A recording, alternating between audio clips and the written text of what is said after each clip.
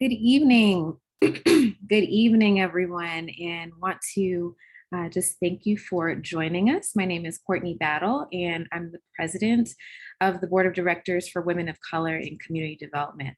I want to thank you for joining us for this evening's program titled Entrust Black Women, Creating a Seat at the Table for Women of Color in Community Development. We're really, really excited about tonight's discussion. I think you're going to really benefit from this dialogue. And I encourage you to ask questions, to get engaged. We have a suite of really dynamic women joining us from across the industry and the region. And so, as I said, ask questions, get engaged. We want to hear from you.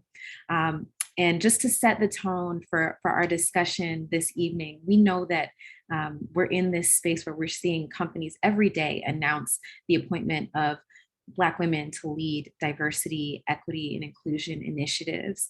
And but it's important for us to understand also what these organizations are really doing to address the effects of systemic racism within their own companies and the organizations that they invest in. And so I think we're going to really benefit from the conversation this evening. And with that, I will turn things over to our next speaker, who is going to share a little bit more about the work that WCCD is doing in terms of our Entrust Black Women initiative and the Career Accelerator, many of which I know many of you have already started to engage with. And so we thank you for that. So I'm going to turn it over to Dr. Elise Barnes. And after that, you'll hear from our panelists. Dr. Barnes.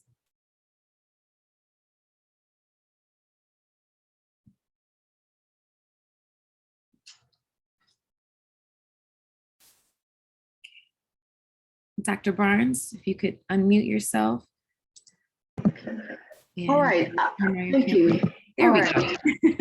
Okay, and it looks like I can't start my video, but you can, I guess, put the slides on the screen. Oh, here we go, start my video. All right, wonderful. There we go. Good evening, everyone. So glad to join you tonight to share a little bit about the Entrust Black Women initiative. My name is Dr. Elise Barnes, and I was hired to be a consultant for this initiative, this very important initiative, and I'm so excited to be sharing information about it with all of you. First slide, please. So a 2016 survey of nonprofit housing and economic development organizations revealed that 84% of executive directors were white, and only 11% were African Americans and 5% Hispanic. We also know that women of color hold only 4.6% of board seats in Fortune 500 companies. Next slide.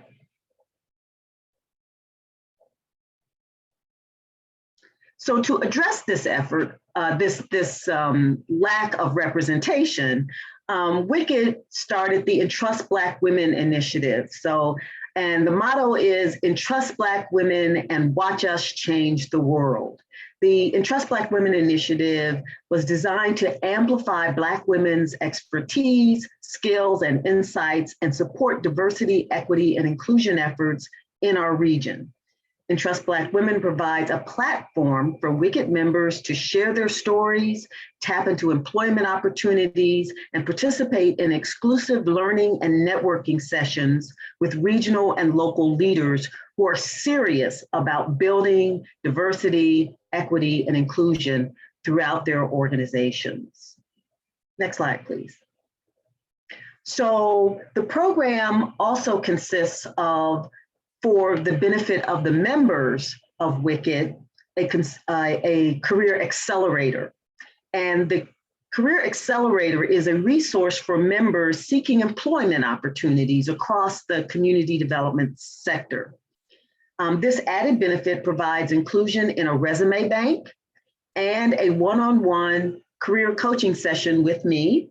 My particular area of expertise is marrying LinkedIn with your resume to produce a complete picture of your expertise. One of the big misperceptions about LinkedIn is that it's simply your resume and a photo, and it is not. And so I work with members in a 45-minute one-on-one session to show them how to use the value that LinkedIn offers in conjunction with your resume to present a fuller picture for a potential employer.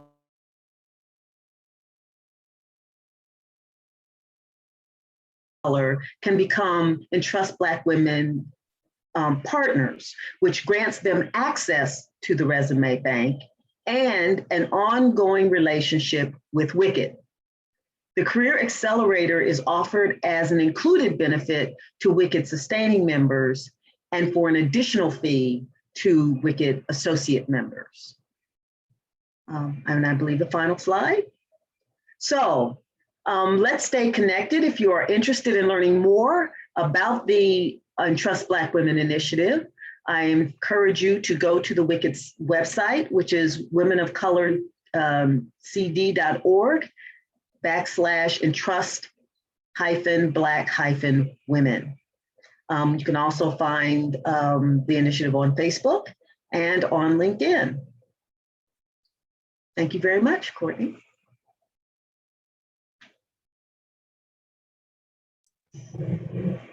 Okay, thank you, Dr. Barnes, for that overview. And again, if you have not plugged into the initiative, we encourage you to do so.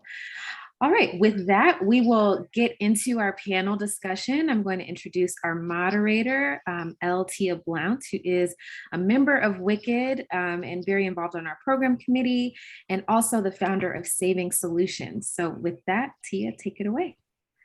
Awesome. Thank you, guys. Thank you, Wicked Women. And a special hello to our colleagues and friends who may not be Wicked members as of yet, but are joining us for tonight's session. We are so excited to have you here. As Courtney mentioned, my name is Tia Blount, and I'm the founder of Saving Solutions. We're a marketing and business solution firm that really supports many of our friends in the affordable housing space with cost-effective solutions for PR, branding, content and design, virtual and in-person events, strategic planning, you name it. We've got a range of marketing and business development solutions. Total shameless plug, but it's an opportunity, again, for me as a Black woman and an entrepreneur to be entrusted in this space. So I'm excited about the opportunity to tonight serve as your moderator. I'm even more delighted to engage in a conversation with this panel of dynamic women and women of color who have been entrusted to lead within their respective organizations. And so without further ado, I would love to welcome each of our panelists to introduce themselves and really to share a bit about who they are and what they do in their respective organizations. I'm going to call them one at a time, so if they can go ahead and take themselves off mute, turn their cameras on, get ready for this dynamic dialogue, and we're going to jump right in. First up is Catherine Buell. She's the head of community development at Amazon in the community. And she's going to tell us a little bit about who she is, what she does, a little bit about her personal story. We love stories here at Wicked. So Catherine, take it away. Hi, good evening. It's such an honor to be part of this wonderful panel. So many women that I have so much respect and admiration for. I'm Catherine Buell. I'm head of community development for Amazon in the community, and I am an attorney by trade and fell into community development, quite frankly, being a nosy busybody. I'm based here in DC. I purchased my first house in Ward 8 in historic Anacostia. And so after my day job of representing sovereign wealth funds going into large private equity deals and real estate deals, I would come home and go to community meetings and got just intrigued by the process and everything that happened. And that led me to an entire career. I chaired the District of Columbia's Historic Preservation Review Board. I ran one of the largest redevelopments called St. Elizabeth's East. That was my first full-time job in community development. Left there, went to Atlanta, ran the housing authority, briefly worked at the Greater Washington Partnership before joining Amazon to oversee our $2 billion housing equity fund. I joined a little bit over a year ago and was brought on to help think about our affordable housing strategy. And what we decided is that we needed money to invest in affordable housing. So our goal is to create or preserve 20,000 affordable housing units in 3 target jurisdictions in the Arlington HQ2 area, in Nashville, Tennessee, and in the Puget Sound region. And we also have $125 million that we're allocating to supporting minority development firms, as well as some of our public policy initiatives, and to advance particularly those non-traditional approaches to affordable housing as part of our initiative. So great to be part of the panel. Thank you, Catherine. We're excited that Amazon is playing in this space. We're excited to have the investment and the commitment, and we're more excited to have a woman of color who is entrusted to lead in this space. So thank you again. Next up is Lori Chapman, who's president of Enterprise Community Loan Fund. Lori? Sure. Good afternoon. And like Catherine, very, very, very excited to be a part of this panel and quite frankly, to continue to engage with the women of Wicked. And we are Wicked in our fierceness and all that we do in terms of making this space better, not only for ourselves, but for those residents in the communities where we all often work. So in my role at Enterprise, I am responsible for a portfolio that includes our CDFI, as well as our new markets tax credit business and our opportunity zone funds. And so for those who are not familiar with Enterprise, it is a family of companies that really does span kind of the entire stack, if you will, of community development and community development finance, augmented by a policy shop that is noted as the largest policy team dedicated and focused on affordable housing. And then we also have a group that we call our communities or enterprise community development, where we have another colleague on the line. And enterprise community development is one of the largest owners of affordable housing in the Mid-Atlantic region. I believe we're 6th largest nonprofit owner developer in the country, and also headed by a gentleman of color. So some of the statistics that were quoted earlier for women of color, equally stark for men of color. So my commitment to this space started very early in my career. I was with a large, at the time, what they call regional bank. Came to the conclusion one day, like out of the blue, money's a commodity. What do I really care? And then moved back home to DC.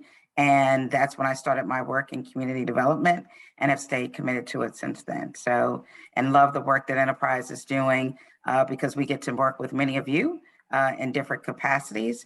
And certainly we enjoy that in terms of we need all the help we can get in terms of the communities where we're working. Love it. Thank you so much, Lori. I mean, Enterprise has been a long-standing partner and has been on the front lines in terms of financing this work. And I'm very familiar with Enterprise. I was previously with the Community Preservation and Development Corporation, which merged with Enterprise Community Partners. So we are very familiar and so excited to have you guys at the table. Thanks again. Next is Alicia Cotton Downey, who is a Senior Managing Director at Greystone. Alicia? Good evening. Again, I will, copy Catherine and Lori and say how honored I am to be part of this. I am a Senior Managing Director at Greystone, which is a lender.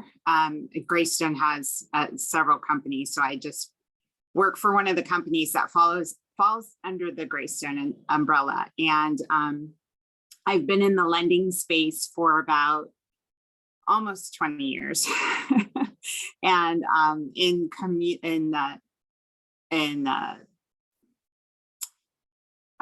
commercial real estate, for about 30 years. So I am very excited to be part of what's going on now with so many companies getting started with their DEI initiatives. I am part of what's going on with Greystone, getting in on the ground floor, trying to help move Greystone forward in that space. And we are also working on making available more capital sources to developers of color, smaller developers, trying to provide not only capital, but just advice and resources and connections where they weren't before. It surprised me when I was talking to our CEO that he had no idea that there was such a systemic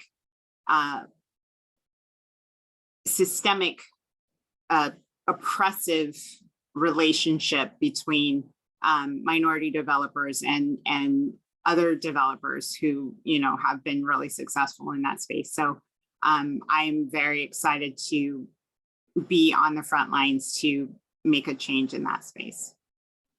I love it. And I'm excited about Greystone's commitment and its resources and its capacity building that it's bringing to developers of color. It's a big deal. Excited about your work with Han, and we're really thrilled to have you at the table. Thanks again, Alicia. Last but certainly not least is Kimberly Gale, who's the Chief Program Officer of WAKIF, which is the Washington Area Community Investment Fund. And she's specifically with the Enterprising Women of Color DMV Business Center. Kimberly? Good evening, everyone. It's just beautiful to see all these great Black women on this screen. So thank you again for having me. So I'm Kimberly Gale, I'm the Chief Program Officer for the Washington Area Community Investment Fund, short for WAKIF. I'm new to the DMV area and everybody loves acronyms. I found that out real quick. So WAKIF, hey, I'm trying to get on the map so I can figure out which acronym is right and all that kind of stuff. But I'm way from Ohio, started with WAKIF earlier this year.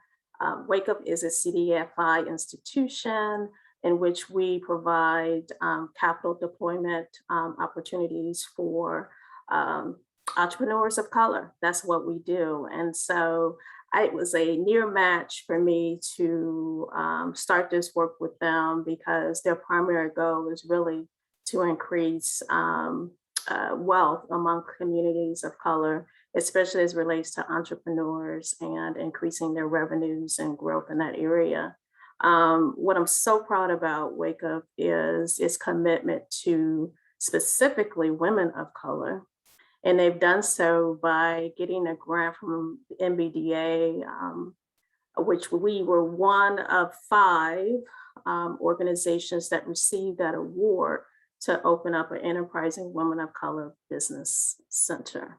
And so I have the opportunity to oversee all our small business advisory work and program work, not only for the Business Center, but we also have a variety of other initiatives like the Greater Washington Center for Employee Ownership, the Minnesota Avenue Main Street program that we cover.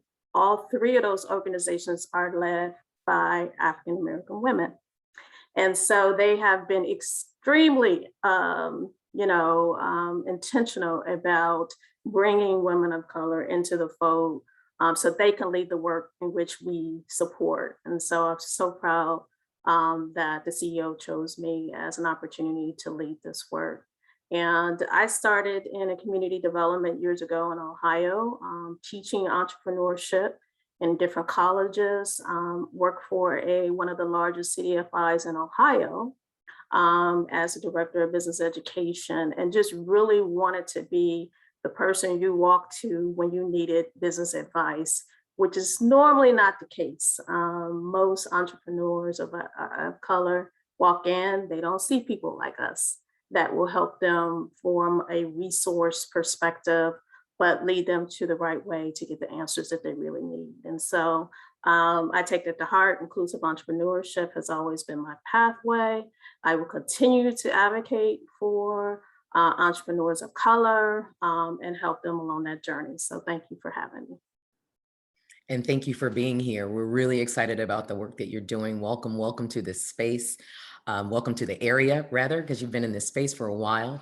And I will certainly be one of the people that's in your office in the coming weeks, trying to get some support as it relates to capacity building in my own organization, in my own firm.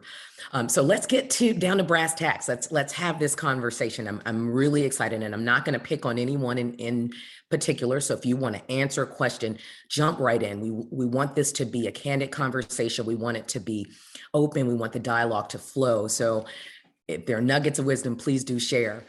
Can any of you women speak to any of the diversity, equity, and inclusion, or DI work that your organization is actively engaged in? And are they funding this work?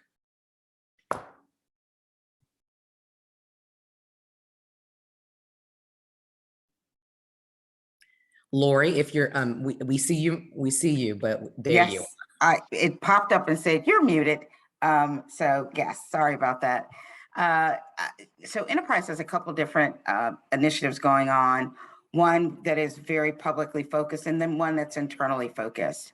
And the externally focusing effort is called our Equitable Path Forward Initiative.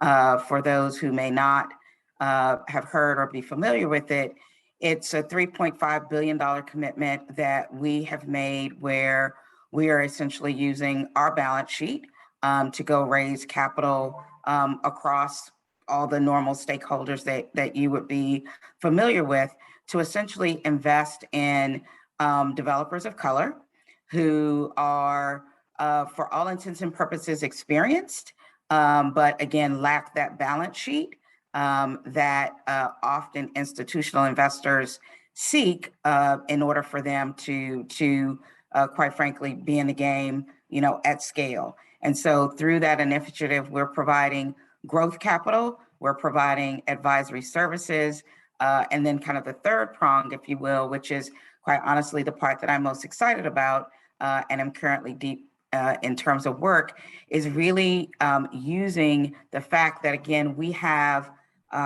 much of the financing piece, if you will, under one roof to begin to recruit undergraduate students and train them in the art of underwriting, because I do think it's as much an art as it is a science, particularly when it comes to community development, because there is no formula. You need to be thoughtful, you need to be engaged, you need to be aware, and you need to be connected. And there's a skill set around building all of that, but nevertheless, there needs to be a sense of what it means in terms of engaging with a community that overlooked, underestimated often, but quite capable, and figuring out how to tell that story in a way to investors who typically don't have an appreciation for what it means to work with developers of color who have and bring, quite frankly, a depth of experience that I think is more relevant than whatever shows up on a balance sheet. And so part of using that platform to train what I hope will be the next generation of real estate developers and leaders in this space brings me probably, again, the most joy. Raising capital is what I do on a day-to-day basis, and we do that well. But really using Enterprise's platform and diverse capacity from our development company to our asset management to the group that we call Firm, which does all the modeling, which again is something you don't necessarily learn in school, all the way through to our CDFI and our housing credit business and our real estate equity business. We have a private equity fund that's about $500 million with $1 billion under management to really provide that exposure to address that issue that I know we all remember, where the Wells Fargo CEO said, we can't find people of color. We are going to end that statement for sure. And that's what excites me about seeing this group, because we can do that, right? We know how to do that. I love it. I love the pipeline that you're creating. I love the career path that you're creating. And I saw a question about, are you working with HBCUs to reach undergrad students? That is correct. So full disclosure, for the first recruiting class, the first 2 recruiting classes, we are working only with Howard and their School of Business. I am a Howard alum. And so I know what that university can produce. But quite honestly, once we get it established and, a part of who we are as a company, because we haven't historically done this, then it is my expectation that we will go out and work with other HBCUs across the country. And then you asked the question about, is the company funding this? And yes, Enterprise is literally underwriting the total check for what will be the first 3 years of the program.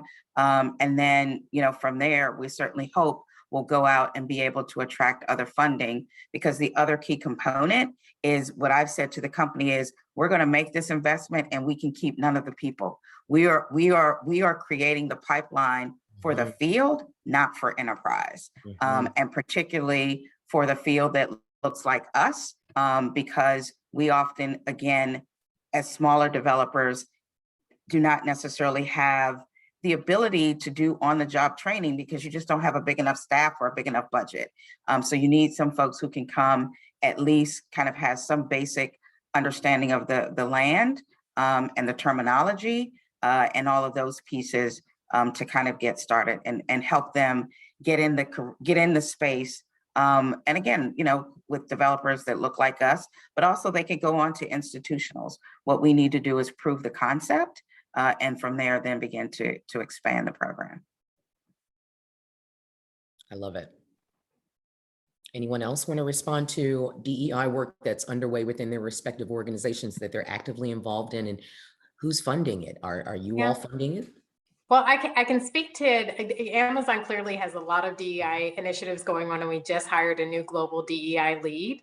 It's been an area that's a lot of focus, a lot more transparent information is shared by our senior leaders, including our diversity information. Our senior leaders have committed to doubling the number of directors and vice presidents that are people of color over for last year and also for this year, which is huge. But in addition to that, for the housing work that we were doing, I will say it was the focus on diversity, equity, and inclusion that got us over the start line. Our senior leaders are really interested in making sure that, yes, we can invest in affordable housing because it's an interest area for Amazon, but doing it with an equity lens was what really piqued their interest. And they allowed us with that to do a couple of different things. First, to call it the Housing Equity Fund and to be very transparent about the fact that we are looking for diverse partners. And for folks who do this work, you do know that those stats are real, that a lot of the organizations that have the capacity to operate at a national scale and to deliver a large number of units are not led by people of color. And the fact that we could make a point to say that we're going to be really intentional about working with minority-led organizations and minority-led businesses and embed it into the name of the program was a start. There's a lot of hard work that needs to be done. So the funding that we get is actually from Amazon's Treasury Department. It is a conscious decision by Amazon to invest in affordable housing, but then also add an additional grant dollars, which are even harder to come by, to invest in minority development firms and make sure that they have access to capital that they wouldn't otherwise have to build out their programs. Even with all of that, it is still hard. What we're finding is that a lot of minority businesses in different jurisdictions have different resources. So in HQ2 in the DC area, luckily we have government institutions that have been investing in minority businesses for some time. So when you open up the floodgates and you look to see who is there and who can do the work, you're going to find minority businesses. That's not true for every other jurisdiction. And so we're finding that the commitment is there. There's just a lot more work that we have to do to make sure that we can really meet our goals and targets on diversity. Thank you. It's critical work. You all are putting your money where your mouths are. It's a big deal, and you're out front. So even if we stumble along, the fact that you are in the game and that we're making it happen for developers of color is a big deal. Yeah. Is there anyone else that wants to share about the DEI work underway? I guess I can add, just as you see organizations like Amazon, like Catherine was talking about, in lieu of the unrest, social justice situations that happened in the last couple of years and COVID and all these different aspects of things that have been changing, corporations have increased their D&I policies to infuse more philanthropy dollars specifically targeted to help, Black entrepreneurs or specific segments of groups as their commitment. And so Wake Up did a rebirth with their new leader, Harold Pettigrew, who intentionally changed their mission to include inclusive entrepreneurship, as well as equitable economic development and wealth building. And he did that a little while back. So when organizations start to look for organizations that they can align themselves with, it was a natural, I think it was just a natural transition for him to attract organizations who wanted to participate in things of this nature. Just as an example, we deployed maybe over 11 million in childcare centers in Washington, DC, 11 million last year. Right now, we're already at 9 million We just got off of a go-go fund for go-go bands in DC. I'm like, I'm in the coolest place. Y'all just don't know. I'm loving every bit of it, right? And so, but we're taking the opportunities as they come. You know, it's like now all of a sudden CDFIs are sexy. Like, who are they and what do they do? And we've been in this space a long time, and in terms of rolling up our sleeves, begging for what we need. However, we didn't have no time to complain. We say, you know, what we're going to do is take the opportunities, take what we can, and keep pushing the envelope because we know the support is needed. And so with that being said, it was intentional to go after the Enterprise Women of Color Business Centers, intentional that we get support from JP Morgan Chase with the Entrepreneur of Color Fund. Is intentional that we target, like, this is the time, our time is now, and we need to go do what we need to do to make sure that our entrepreneurs are supported. So that's the only piece I would like to add, is that, you know, while the opportunities are here just now, we can't get upset it wasn't there before, because we've been around. But what we can do now is take advantage of the opportunities that are afforded before us and just see how we can maximize as much as possible to make sure that we can continue to work. I love it. CDFIs certainly do have sexy legs. I mean, it's something that, in fact, you've got AAA, the African American Alliance of CDFI CEOs, that are really leading in this space. And that's a consortium of the CDFIs across the country that are being led by people of color. And so we are in this space, we are taking the lead, we are doing what needs to be done to bring the resources to the table. And so I love hearing it. How are you ensuring that particularly women of color have a seat at the table, right? How are you finding women to fill these positions? And are there resources or partners that support these efforts? Because ultimately, we need the resources to be able to bring the people to the table. And then once they're at the table, we need to create space and opportunity for women of color. And so what has been your experience with this? What is your organization doing, or what are you specifically doing in this space? I'll start that one. I would have to say that I'm not waiting for my organization to do it. I have intentionally been trying to reach out to women of color. I've been trying to really draw on my network of women of color to advance younger women of color. You know, if the good old boys can have their own network, I'm going to use mine. And I think it's been a little bit surprising to, you know, the C-suite at my company, how, you know, how vocal I may be, or how I don't care what my hair looks like. You know, I've been, after the pandemic happened, I just felt myself being less apologetic about who I was, what I looked like, what I sounded like. And, you know, if a white male client wants me to hire their white male son, I'm going to look for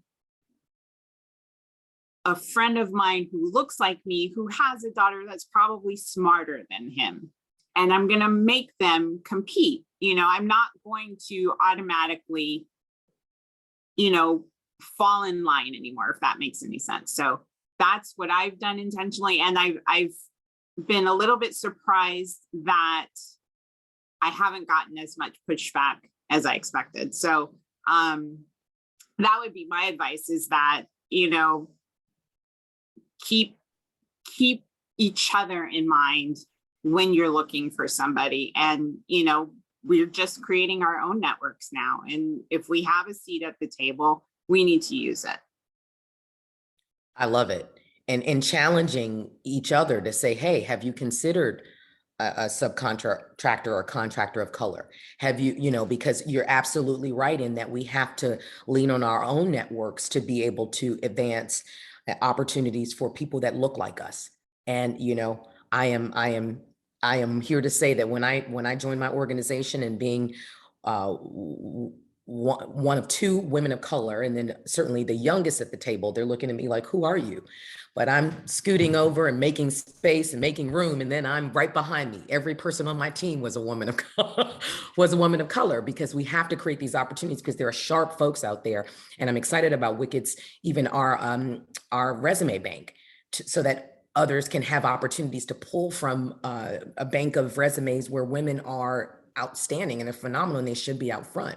So what are other folks doing to ensure that there are more opportunities at the table? Are there resources, partners? Where are you in this space? I hire them. Simple. If I'm in an opportunity to hire, in a position to hire, unapologetic. Pull their resume right on through. And very intentional. I left. I was running a minority business center when I left to come here. And well, who should be the interim director? Her. Unapologetic. She need to be the next one. And make sure you increase her pay. Thank you. So you just have to be intentional about that. Now, I'll be honest. I've had challenges where, come across people who I thought would lend me a hand, right? And they didn't want to rock the boat, right? Because that would just be too many of us in one department, right? Been there, done that. I'm sure a lot of you on this, who have experienced that. But when you have that opportunity, given that, the person that you're promoting or with is probably, intelligent and has all the skill sets too, why not? Like, I think we think too hard sometimes, just like, help. We say we want to help, but we don't, just do it. Just honestly, if you're in a position that you can, why not? Why not? Just do it. Yeah, and I think that the most critical piece, and I hope that all of us on this call today, and I don't know if we've all experienced it, so I have a daughter, she's 21, in the science field, and very different, right, than being in our space. But the fact is, she's now beginning to realize there are so few women of color. She's a biomedical engineering major. And she called me with the starkness that I remember the first day I walked into a huge room, was only one of two women, and definitely the only woman of color. And so I will never forget, in terms of a young lady who joined the loan fund, who indicated it was because, I saw somebody who looked like me. And the way that I think about it is that, if I'm being really honest, I don't know that there's a real intentionality about it, other than to say, I can work with my team to understand what talent looks like and hire for potential. And that's always the way that I think about it. Is I'm hiring for potential, and I see so much potential in us and adaptability in us. And I have not yet been let down ever by taking that chance. And I agree in terms of not being apologetic across that space. I think it's sometimes, though, again, difficult, because one of the things that I'm learning, like in this work with Howard, talking to their recruiting department, they were saying that students haven't really heard of the real estate field and what it does. And I'm like, what do you mean? Because I like conceptually, I can't put that together. So how do we change that and make sure we're continuing to get in front of them, and then tell a friend and tell a friend and tell a friend, look at us, right? There's a huge group of women literally right in the DMV. So there should never be an excuse that if a person is looking, because that's the other thing, that we can't find somebody to fill a role. And again, and making the point and putting it out on the line. I'll be honest, there was an Asian woman who put herself out there and said, nope, it's her, right? Her being me, at a time where the rest of the organization was like, yeah, no, I don't think so. But she's like, no, she's ready. And I will always remember that she was the one who put me at that table, and what that looked like, and the responsibility for doing it for future. And it's men and women, right? Because we have to be thoughtful about men coming into this field as well. Absolutely. And then the greater charge is making sure that there are opportunities for us to mentor and groom and carving out dollars for professional development so that our folks excel. So I love it. And position, right? Because that's one of the other critical Mhm. things is creating opportunities for exposure, not just in your team, but across the organization. Because again, it's not what people say about you when you're in the room, but when you're not in the room. And they have to be able to see them to have that conversation about, like, I remember when I first started learning about high potentials. Oh, what's that? Right? There's a whole process around how you get tagged very early on as a high potential. And because of that, the opportunities for different projects beyond your day-to-day work suddenly just start streaming in. So make sure we're exposing them, not so much so we can continue to be advocate, but for other people to be their advocates as well. I love it. Catherine, I think you were going to add something. Yeah.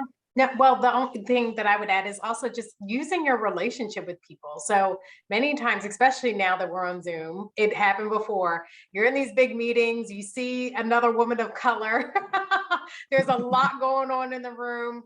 Sometimes like checking on them. How are you doing? Hey, I heard X, Y, or Z is going on. Like having that extra helping hand and that direct relationship makes all the difference in the world. And that's how we not only get in the room, but stay in the room. Right. Is if we start building with each other to make sure, and there are many times. So for example, when I was at the Housing Authority, we had an internal woman who we promoted, phenomenal, really strong at her job, but I also know how hard her job was. So doubling back and saying, hey, are you okay? Just checking in. Do you need anything? Mm-hmm. Having that kind of rapport and building that kind of rapport coming from anybody, it really does make it easier for all of us to be in the room, because many times it is uncomfortable. Even if we're there, we're usually surrounded by a lot of men or people who do not look like us.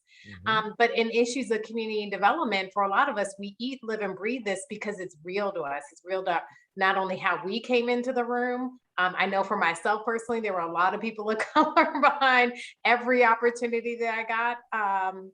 But also making sure that we're able to kind of stay in the room. It's really going to make all the difference in the world if we have those direct relationships and we make sure that we're maintaining them kind of as a group. I just have to second what Catherine said in terms of checking on one another, because again, the mental exhaustion and pressure of constantly being, one of two, and the dynamic that is sometimes, encouraged, and that dynamic is sometimes not a good one, right? Between the few folks, and seeing beyond that. And I'll never forget, there's a woman who worked at the White House, and she was actually worked with Valerie Jarrett under the Obama administration. And she said that Jarrett created a culture in which the women knew that they had to be each other's amen corner, right? Such that when they said something, you don't get to ignore the comment or ignore the statement to then allow it to be restated by the guy in the room later. And so they had to create that sense of community to reinforce, no, this is from us, and be comfortable promoting one another in that way, in that space. And I think that that is critically important for us to do in a space, and basically begin to coach and condition men in the room to do the same. And that to me is the progress that we begin to make. And it's not, and in our rooms, if we're being honest, they're mostly white men. So conditioning them and calling them out on the fact that, no, I think Catherine just said that. And Catherine, when you said that, explain a little bit more about what you meant. And then you don't get to kind of brush it by. And so it's subtle, but it begins to set the stage for it. Big deal. Amen. Big deal. Because I tell you, not only will someone regurgitate what you just said, it now becomes their idea. It becomes their idea. So part of being our sister's keeper is being in that amen corner and making sure that we are the village, which is why I love the Women of Color and Community Development, because this is a space for us. Like, we love having fun. We love having these dynamic conversations. We like having frank, candid chats about what's really going on in this space. And so I love hearing that this Amen Corner exists because we need more support. We, and checking on one another because we're truly each other's keeper. And to that point, right, this notion that it takes a village and that we have to be responsive. Like, it's been said that diversity has to be someone's job, but it actually needs to be everyone's job. Very similar to fundraising, right? There are most folks who will assign a resource development person and it's their job, but resource development, you have to build a culture of fundraising or philanthropy within an organization. And so who's leading the charge at your organization? Are you involved? Are there other women of color involved? Is it only women of color? Who's actually at the forefront? Well, I'm glad to say that in our organization, it is the CEO and it's 4 executives. And the ones, that I'm with, I'm the chief program officer, but the chief lending officer that actually handles all the capital deployment is African-American woman. And so we probably have the largest, probably most critical roles in the organization to actually to do in the organization. And it's just good to see that the CEO allows us to have a lot of input in how we structure the organization, how we deal with our employees, and really, really, truly cares about our input in general. Now, I haven't always been in those situations, but I will say that, I'm blessed in that regard. Anyone else who's leading in this space? Are you at the table? Are other women of color? At a large corporation like Amazon, there are so many people. I mean, the buck stops at the CEO. There's also the vice president for HR who's responsible for addressing these issues.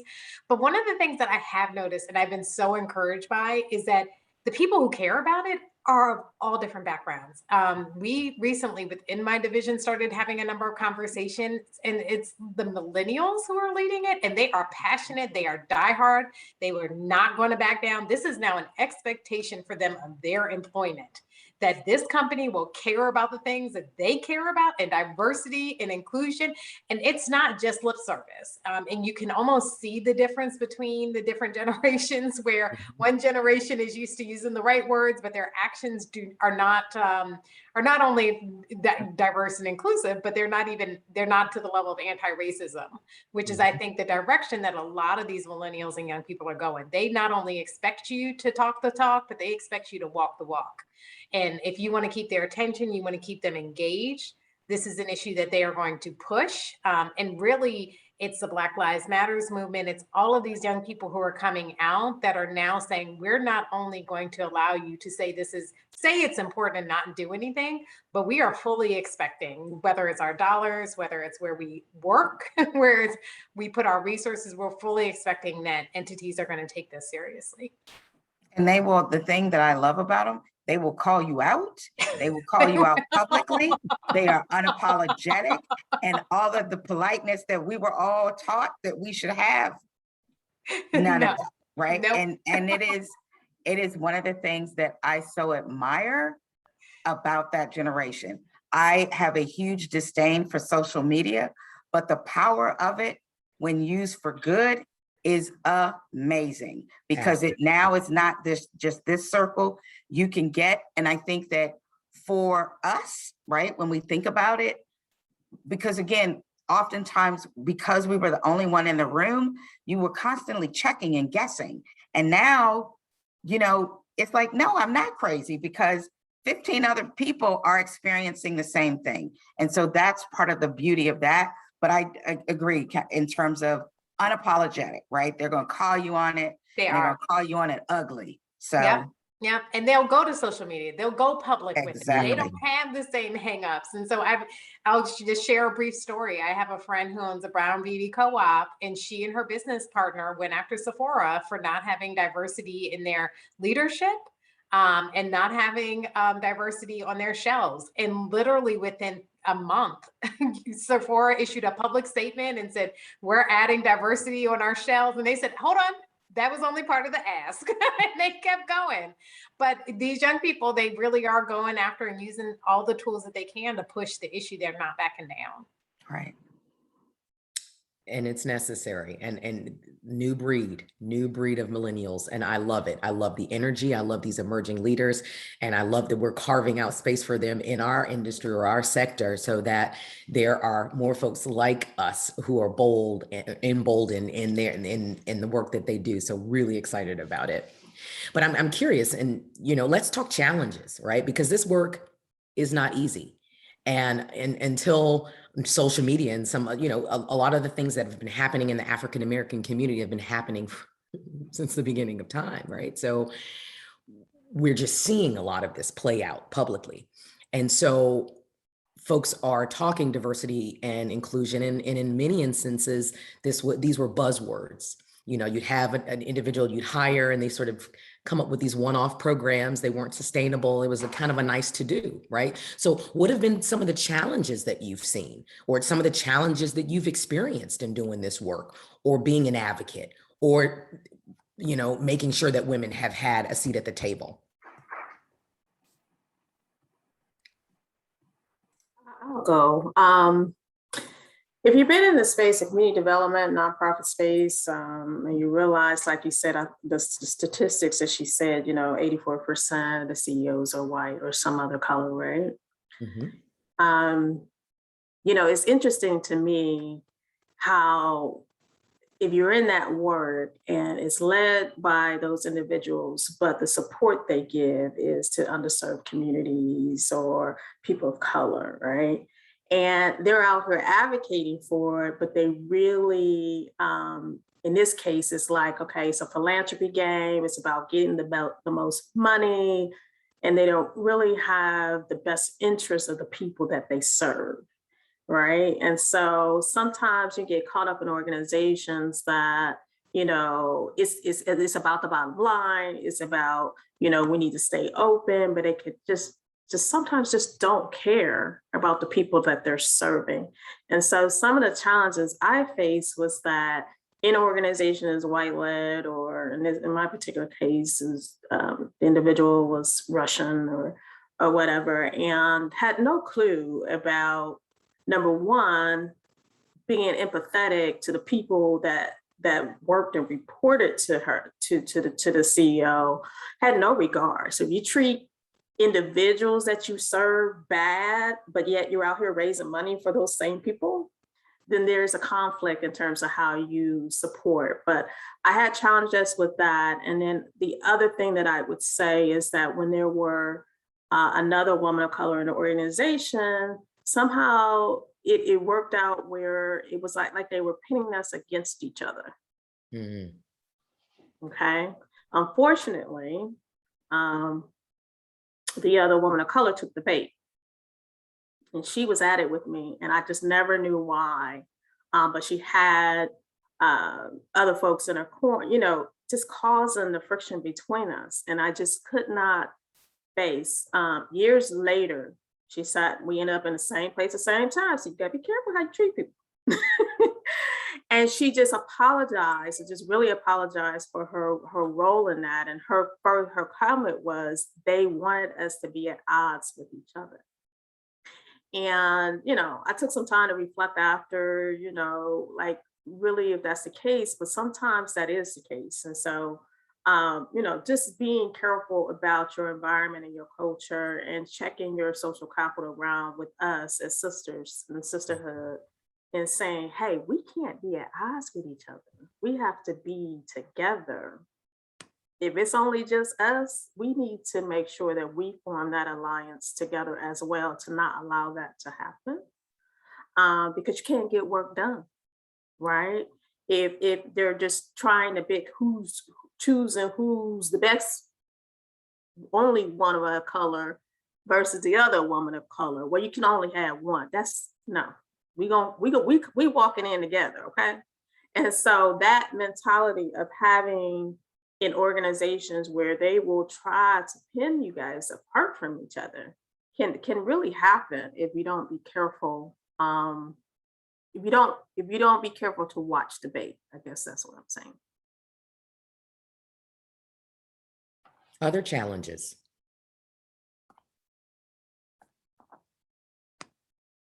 Either in doing this work or just creating opportunities for women of color. I mean, I saw the comment that some folks says, just it's better to go ahead and do it and then ask for forgiveness later. Don't ask for permission, but much rather go ahead and just take the action.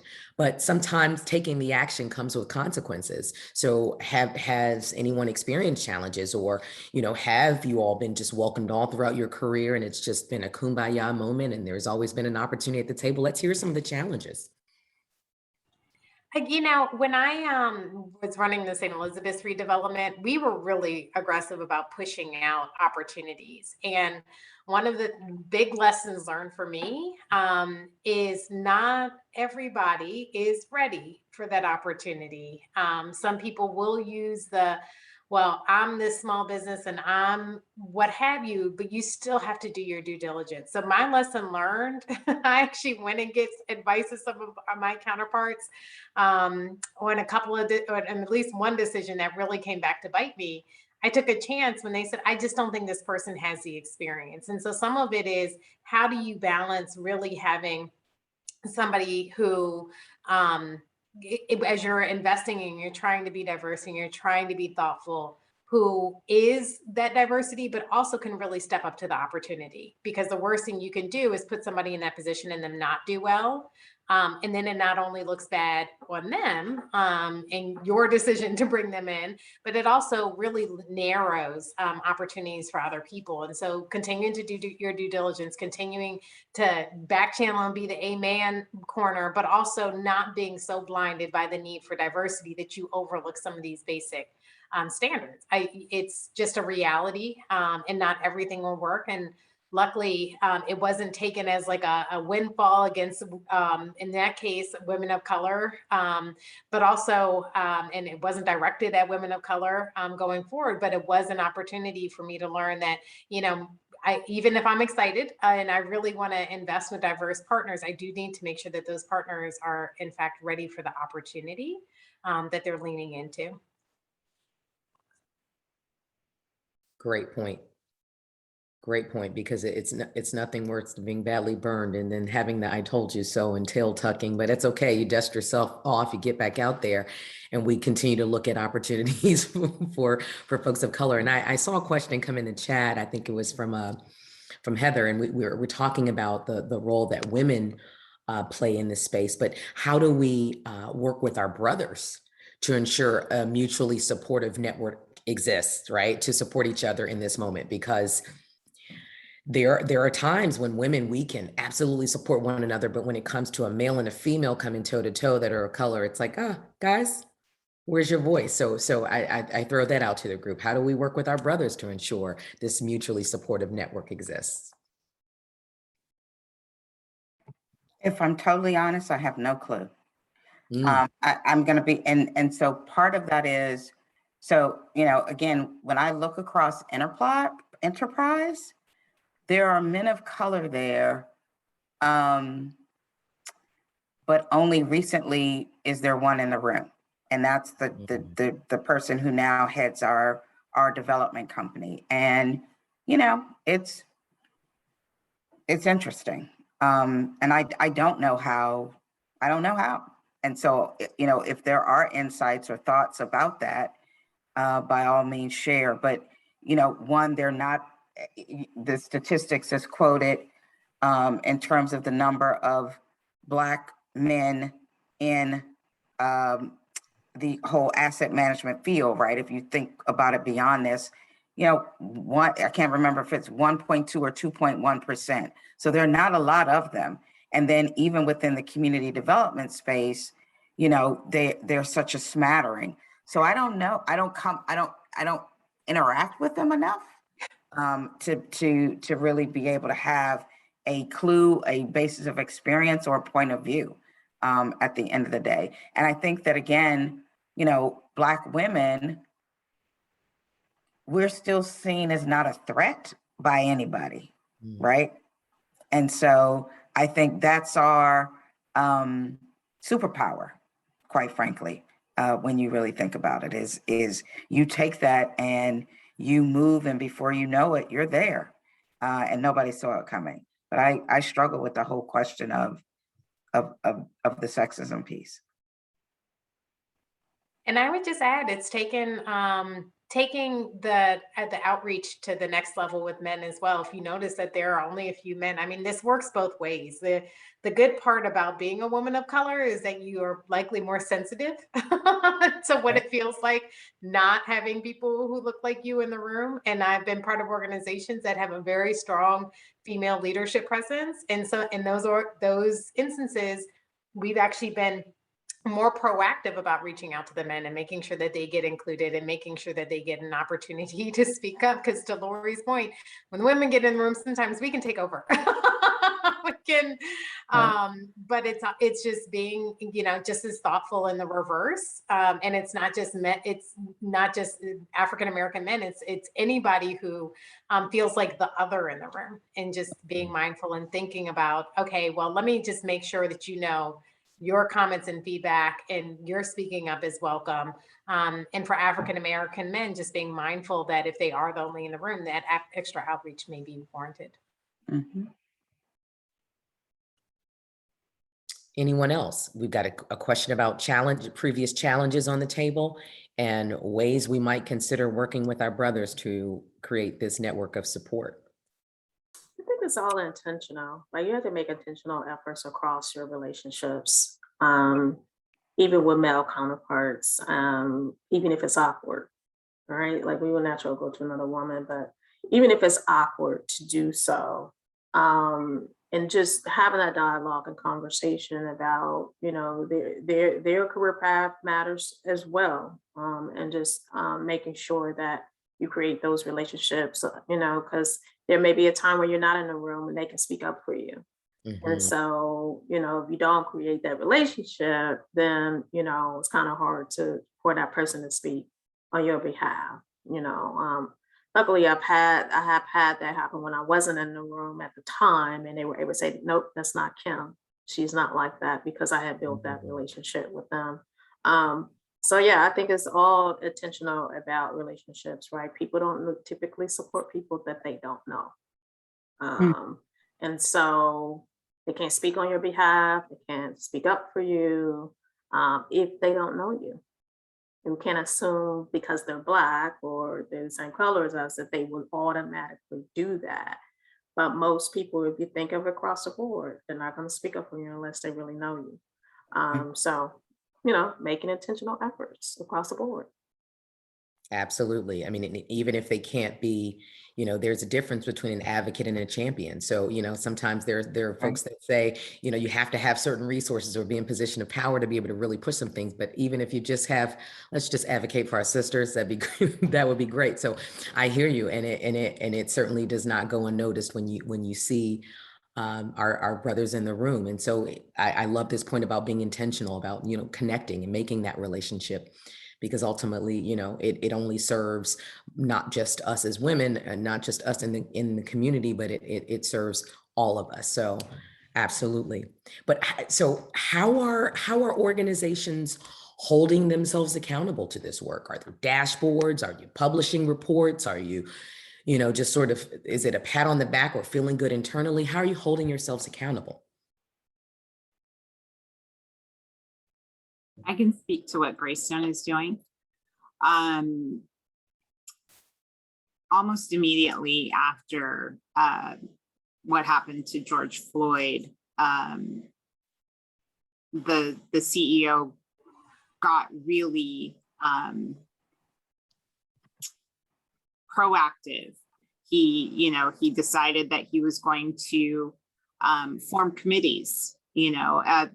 Unfortunately, there is not a large population of people of color at Greystone. And so, the handful that are there were drawn upon to form these committees. And I would say that what came out of it was just a great camaraderie between the people who wanted to be a part of it, you know, so many people that you didn't think would actually be an advocate for you became an advocate. We created a position for a managing director of DEI, and she is a woman of color, and she has been tremendous in making difficult conversations comfortable. I am very impressed with the response and the actions that are being taken. There are so many, not just for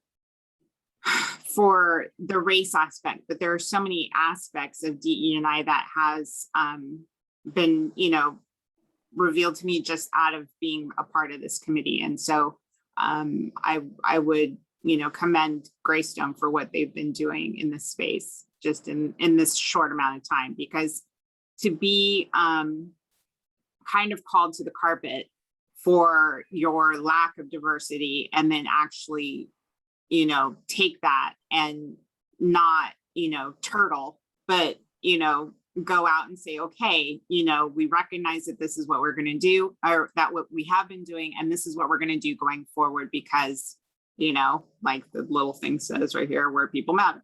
So,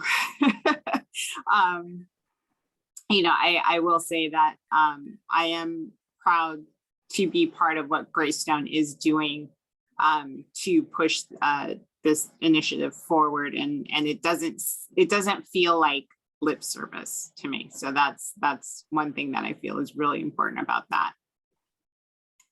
Yeah, and so Enterprise has we now have our second senior level director position for diversity, equity, inclusion, who's fantastic. And, you know, part of its journey, crucial conversations.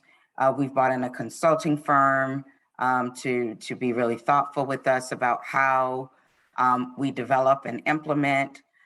Priscilla Almodovar, who's the CEO, she really is being very true to every opportunity. There needs to be a diverse pool, especially if it's at a senior level. And she's willing to slow down the process to make sure that the, you know, the universe is searched, if you will, to be able to provide that opportunity for folks, and that work is being done to make sure we are advertising, looking for, reaching out to those places where we know we exist. I do not believe that there is any field in which you can find no person of color to be able to do it. Now, they may choose not to come to your firm, but they are out there. And you know, what I've seen is that she has a very serious commitment. And again, to the point of where she will slow down the process. It's like, no, we're not just going to automatically go and say, you know, this is it. So, and that's new for Enterprise, quite frankly, because we've been, like a lot of nonprofits, you get into this mode of, well, I got to hire somebody who can hit the ground running today. So what does that mean? You go to the people who you know, who look like you, who've worked with you. And that's not the order of the day anymore in terms of the way that it functions. It's a big deal. It not only is it a big deal, right? I've heard a number of debates around this issue. So against the backdrop of a trauma-induced past, we're now having to have these conversations with our colleagues, and in some instances, coddle people through issues that we've had to experience our entire lives or throughout our careers. And so to be able to work with folks who are competent and sensitive and culturally sensitive and can bring, you know, the right pace, the right tone, the right language to this discussion, it's a big deal. And so I'm excited to hear that Enterprise is actually, you know, taking this on and taking it on very seriously. What about others? Where's the accountability in this work? Are folks being accountable in this space?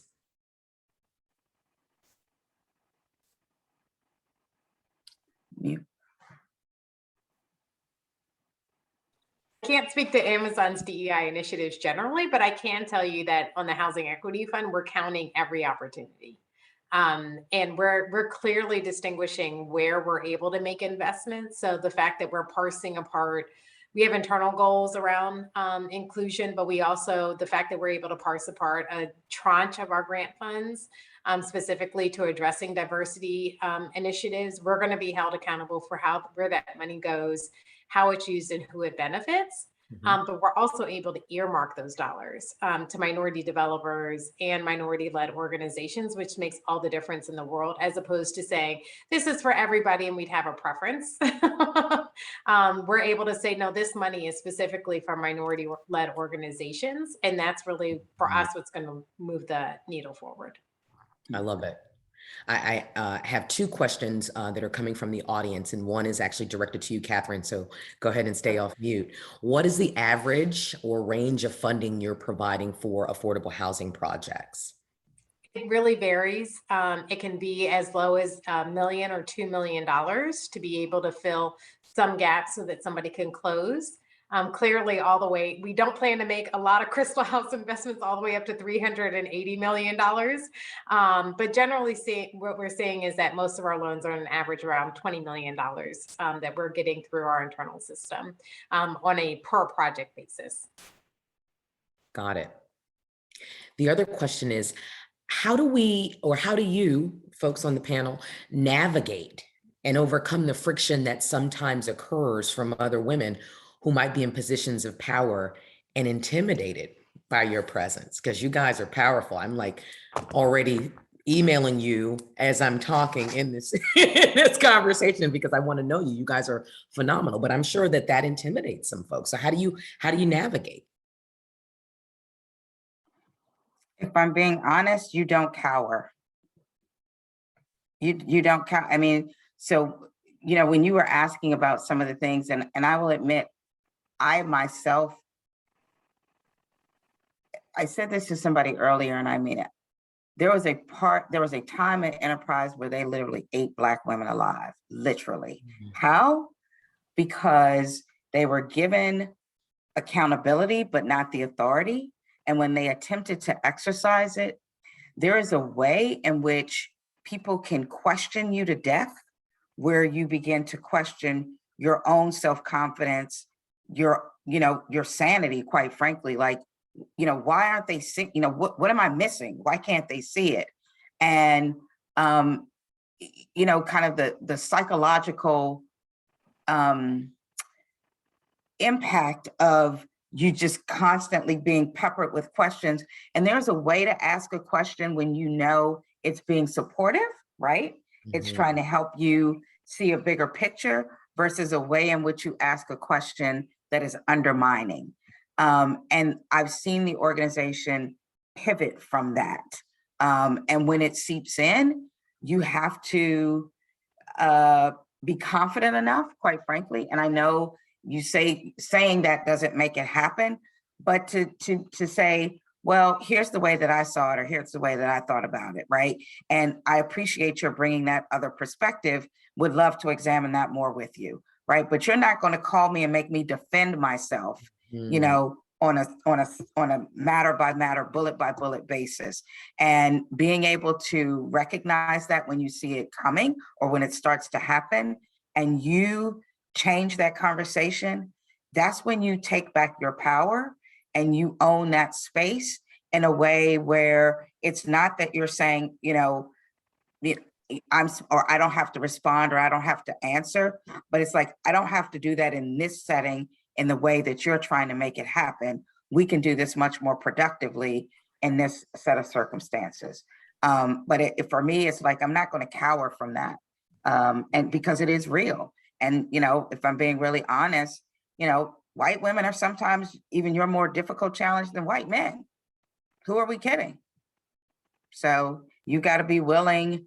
And that's where, again, this resource comes to play, because we need to be able to take off the mask and admit that, I'm exhausted, I'm tired, cry or what have you. There is a safe space to be able to do that. And that is the responsibility I feel we have to each other, is to be that safe space. So when you go back into the ring, you're ready. You're ready. And don't pretend that it doesn't bother you, because it does. But how you show up and how you allow that to happen matters. Yeah. Don't cry. Lord. Oh my goodness. If I I was could tell cry. I mean, if I could tell my younger self, that would be exactly what I would say, because Yeah. I think sometimes we let things fester too long. Yes. Right. And so the minute you see that there could be some tension between you and the woman, or there's something, meet it head on right in the beginning. Don't let it fester. Number one, don't assume. Okay. Exactly. The response to you is that she's intimidated by you, first Right. of all. Sometimes we never know if it's just their personality. We never know they have problems at home. We never know their perspective. So that would be the first thing I would say. Second thing is, if it's something that continues to bother you, hey, take them to lunch. Let's have a conversation about, what's coming up for me. And I could be totally wrong. You said this, or this happened. Did I mistake that for something else? And you'd be surprised when they'll say, oh, no. Like I had an issue where people would say that I was mean because the way I would, walk. And I'm like, well, if you're a Virgo, you always got something on your mind. And you just thinking a lot. We just think too much. So it's not that I'm mean, it's just my facial expressions. And sometimes I'm thinking. So if I didn't smile at the time, it doesn't mean I don't like you, right? So sometimes it's just a misunderstanding because nothing has been said. Okay, so if it bothers you enough where you cannot sleep at night, Exactly. which many of us had to go to prayer, Bible study, and everything else about it, then it's okay. Conflict is okay. We have to get out of the fact that we're going to lose our job immediately if we do not confront situations that don't serve us, right? And so the end result of us not doing that is stress. Okay. I had a mini stroke. Okay. Not taking care of yourself because you have not done the due diligence of voicing what you need to do in order for you to have that peace. And there's a way of doing it. There's a tactful way of doing it, right? And I've learned that the most tactful way that you do it, it usually calms that friction down because you confronted it. And we did, you don't let it fester. So if I had to tell my younger self to do things over again, that would be it. Is to confront it head on. If you think it's a misunderstanding, confront it and say, am I reading this right? Are we in a situation here? Are we in a situation right here where we don't like each other, or something that's going on, or the other thing I would say is that you can't always you may be in a position where someone may be jealous of you, or because you have skill sets that maybe that they don't have. But you can't dummy down just to make them feel better, right? And so you have to continue to do your best work. But at the same time, that's when you need your advocates, you need your champions, you need your amen folks on the side, you need your sponsors to help you through and navigate through that, or coach you through some of those things. And it isn't crazy, like in your organization, some people tell you, oh, you don't want to mess with that one. Well, be careful. Don't say too much. You just don't mess. You ever been, if anybody in the room that say, oh, just let them, that's just them, don't ever say anything to them. We would tell each other not to do that because we don't have the courage to confront them ourselves. But you might be surprised. It's just a tactful way of doing it, I think. Absolutely. And so we have one last question that I'm going to put out to the panel. And this is, I think, probably perfect in terms of closing us out. I'm mindful of our time. I'm mindful of the hour. And just all reflecting on all the nuggets that you all have shared. So do not at all feel compelled to try to reinvent the wheel. Just think back to all the things that you've shared, or something that you want to leave as a parting word. But what advice would you give us? Maybe one or two concrete actions that we can take that will really help us move the needle, either in DE and I work, or an opportunity to create more space for women of color at the table? I would say leverage your relationships. Mhm.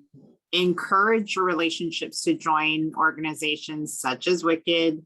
I know there are several women-based groups that you can join and be a part of. Even if you meet one person, that one person knows two people, and those two people know two more people. And so, leverage your relationships. And the other nugget would be find a mentor. It doesn't take much to ask somebody, hey, I see that you've been in this industry for a while. Do you mind if I, buy you a cup of coffee and just pick your brain about a couple of things? And you'd be surprised how many people I mean, myself especially, I am so receptive to that. I've actually found myself being sought out by young men, which I think is interesting, but I have never turned down the opportunity to have a conversation with a young person, because once you touch that life, they are empowered to touch somebody else's. Got it. Lori? I think Alicia kind of said it all in terms of that. And then the other thing too that I often feel like, but that I firmly believe is that critically important to your success is your ability to self-assess and be honest with yourself.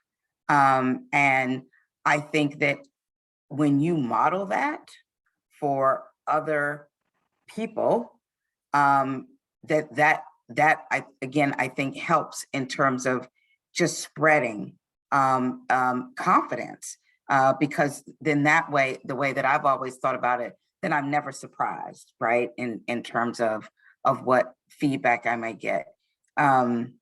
So, and again, all those other things that we know about how you bring folks in are true. It doesn't change. It's just like, as you want to expand your circle of friends, you meet one, you meet the next, and you keep that going, and you keep that train going. But stay connected. Going back to something Catherine said, you don't bring them in and say, oh, my job's done, they got here. No, you got to keep checking back on that person.